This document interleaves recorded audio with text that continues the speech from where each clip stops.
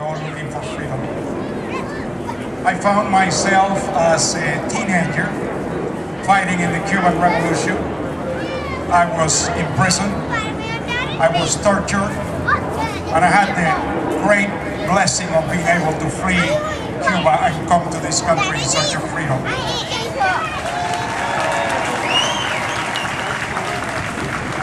It has been said that history repeats itself. I want to talk to you a little bit about history. I remember 50 years ago, a young revolutionary by the name of Fidel Castro talking about how the rich oppress the poor and about the need to redistribute the wealth. The very same words that we heard late last year on the campaign trail. I remember this man with his great eloquence and demagoguery talk about the need for change. But change to what? That was not clear. I remember this man as he walked through the streets of Havana before taking power, with millions cheered, mesmerized by his eloquence. But a few weeks after he took power, the mask came off, and he declared himself a Marxist-Leninist. And the first thing he did was begin to seize property.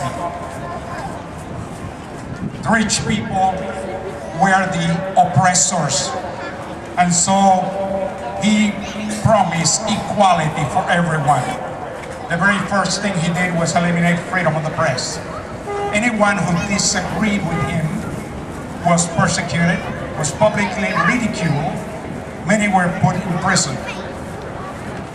Then he began attacking everyone that did not agree with him. Religion was persecuted. Many pastors were thrown in prison. Evangelism was illegal.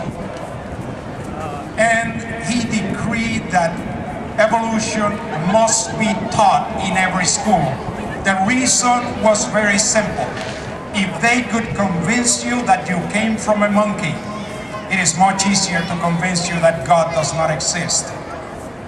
The next thing that he did was institute that Marxism had to be taught in every school in the country. My mother was a public school teacher. She faked an attack of insanity in school and got a friend of the family, a doctor, to make a fake diagnosis in order to get out of having to teach communism. She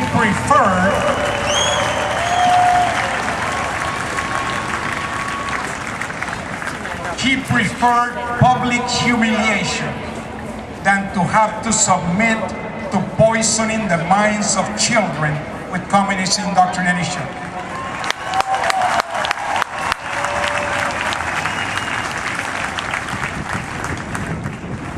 As the government began to eliminate private ownership and continue to seize company after company, all of a sudden the inefficiency of government bureaucracy set in when they tried to run these companies, and the economy collapsed.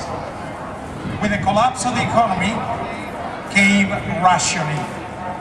To give you an idea, even today, after 50 years of communism, meat is restricted in Cuba to a half a pound per person per month. Per month. Every person in Cuba can buy one small dinner roll per day. Beans, rice, everything is rationed.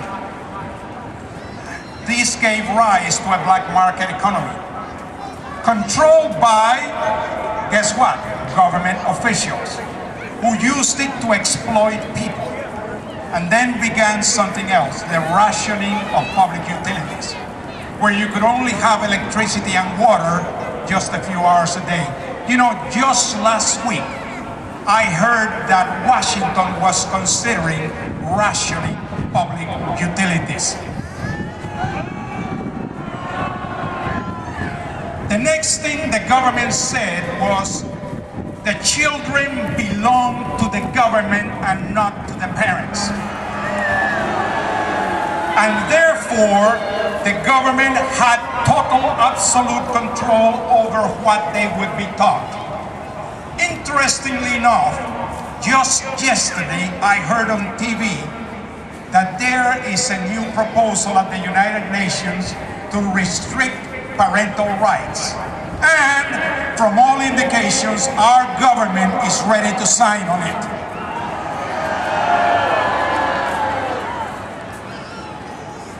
Let me tell you, communism does not work. Socialism does not work.